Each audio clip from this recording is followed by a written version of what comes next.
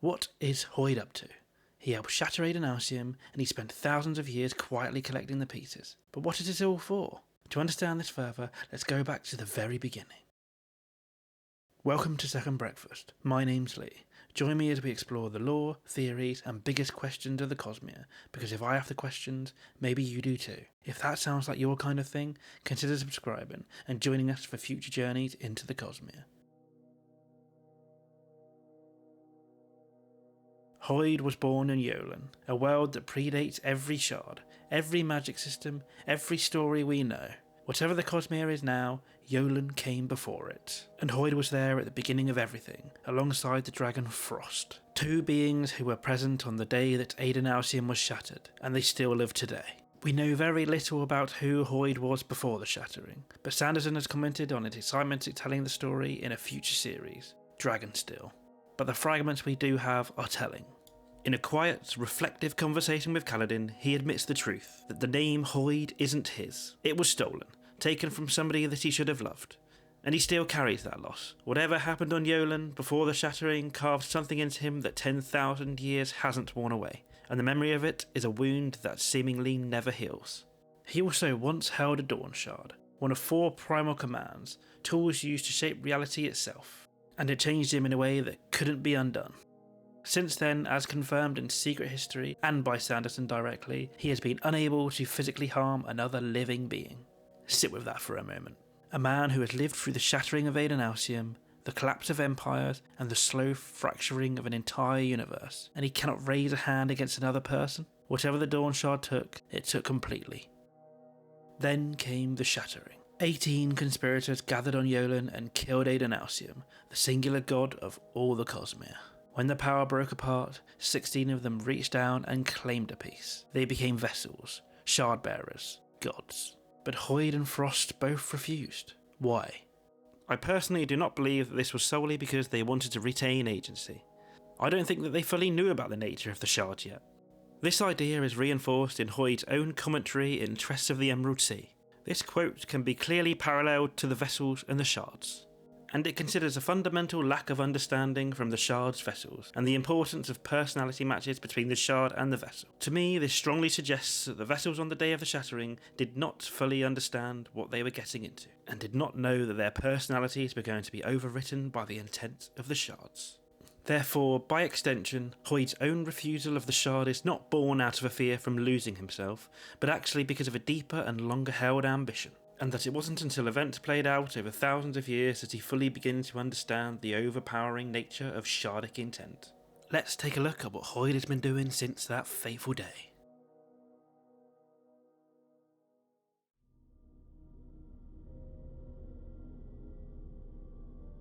What followed is 10 millennia of patient, deliberate, systematic collection. Every world Hoid visits, he leaves with something. Investiture, the raw magical energy that underlies every power in the Cosmere. And when you map it out, world by world, it looks less like a power-hungry tyrant and more intentional. From Yolen, he already carried lightweaving, his oldest ability, predating the shattering entirely. It requires no stormlight, and it is, in his most fundamental sense, his own. On Scadrial, he stole a bead of Lerasium from the Well of Ascension and consumed it, becoming a full Mistborn. At the same time, he also had a confrontation with Kelsia's ghost in Shadesmar. This actually allowed him to raise his hand by virtue of the fact that Kelsia was at this time not a living being. On Sel, he stepped into the pool expecting to become an Elantrian. It failed, but failure for Hoid is rarely a stumbling block. We know from Tress of the Emerald Sea that he eventually acquired the ability to use Aeon Door.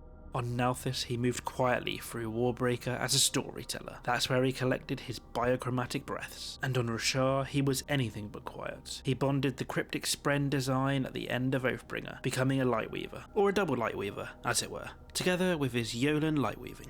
In Stormlight Archive, he repeatedly interfered with events tied to the shards themselves. And just before the climax of Wind and Truth, he passed on his Dawnshard, the power he had carried for millennia. As you know, he passed this to his former apprentice Sigzil and told him to run. This one act sets up the Sunlit Man entirely. Sigzil, far into the Cosmere's future, still carrying something Hoid held for thousands of years and chose in a single moment to give it away. Hoid has also appeared on Lumar in Tress of the Emerald Sea, on Kamashi in Yumi and the Nightmare Painter, and on Canticle in the Sunlit Man, offering quiet guidance to Sigil from a distance. But there is also something Sanderson calls fortune, perhaps another form of magic yet to be fully revealed to us. But Sanderson confirmed that fortune is an ability that Hoid holds, and it allows him to be where he needs to be when he needs to be there. Sometimes he doesn't even know why he has arrived somewhere, he simply is, and it turns out to matter.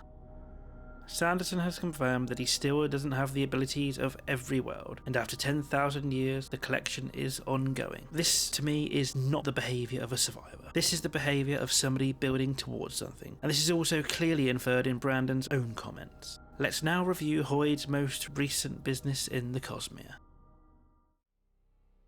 Throughout Wind and Truth, Hoid was doing what he always does, working angles and manoeuvring through a conflict that was rapidly exceeding anybody's ability to contain. And so Hoid reached out to his old friend Frost for help, but Frost refused, bound always by his conviction that intervention is not his place. Notably, this is the same conclusion that Noadon also came to, and a repeated theme within Cosmere intellects. But in any case, as confirmed in Wind and Truth, Frost's sister stepped in to help in his place, and reviewed the contract relating to the Contest of Champions. But as we know, this wasn't enough. When Odium claimed Honor's Shard and became Retribution, something more dangerous than Odium alone had ever been, Hoid was forced to act. He passed the Dawnshard to Sigil, the power that he carried for longer than most civilizations had even existed, handed to his former student in what could have potentially have been their last moment together. And then Retribution vaporized Hoid.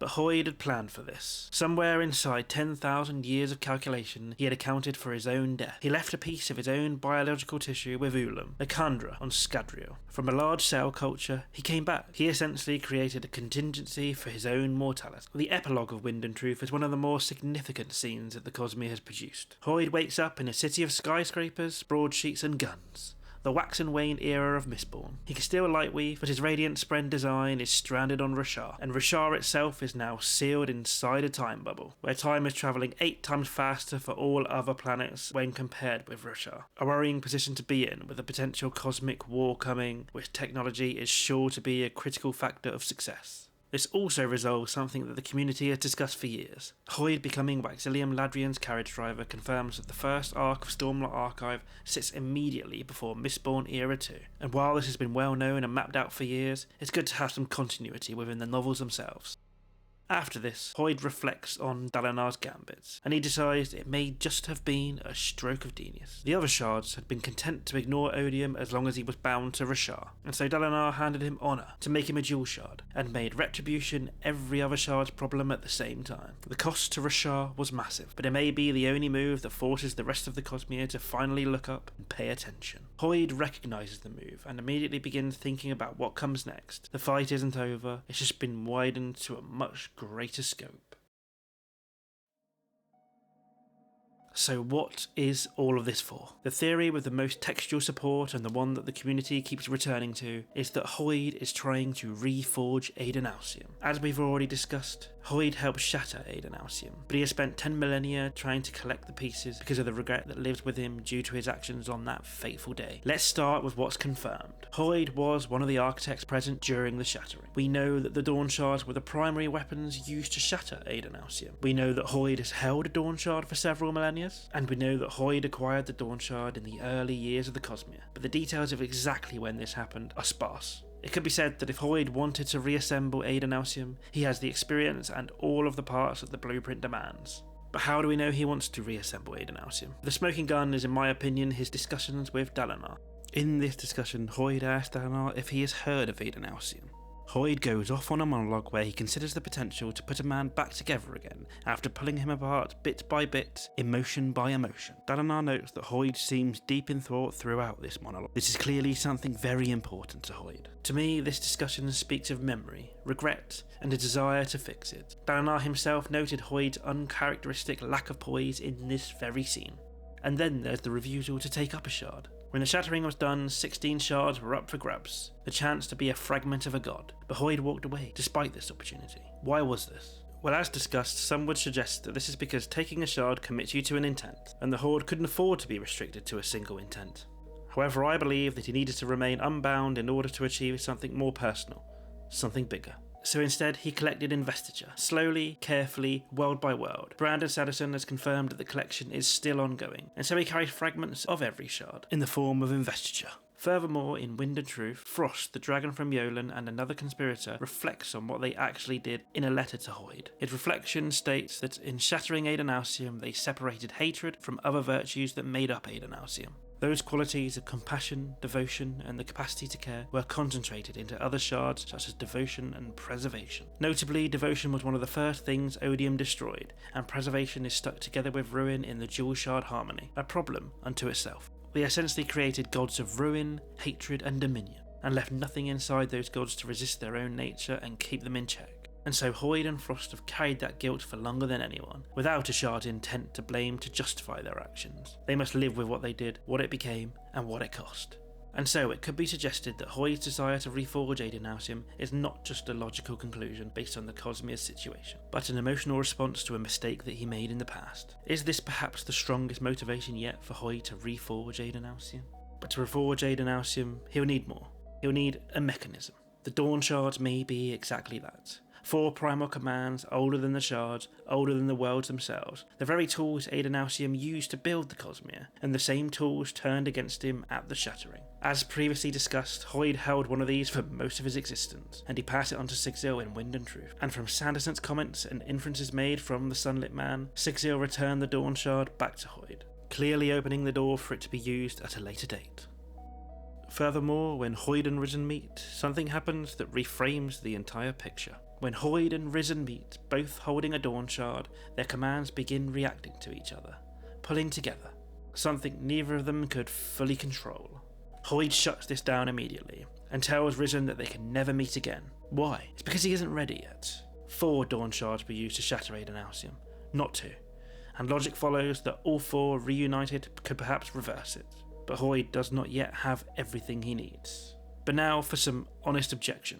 A reforged Adonalsium wouldn't be what it was. It would carry the weight of every vessel, every intent, every fracture and conflict accumulated across 10,000 years. The original conspirators shattered Adonalsium because they believed a single unchecked god was the problem. Reforging would simply bring the Cosmere back to this very same problem. Hoid knows this because he was there. He understood the argument well enough to act on it, in spite of his own regrets. Personally, I think there's more to it. While it is true that throughout the Stormlight series, Hoid repeatedly revisits Adonalsium, both in considering the possibility to bring him back and also the regret of the Shattering, some would argue that his original ambition was different, and it's hard to disagree. For me, the hardest part of this theory to get on board with is that Hoid's refusal to take up a shard would be born from ambition that he had before the Shattering, because I don't think that the conspirators knew that the shard would overwrite their personality at the point of their ascension.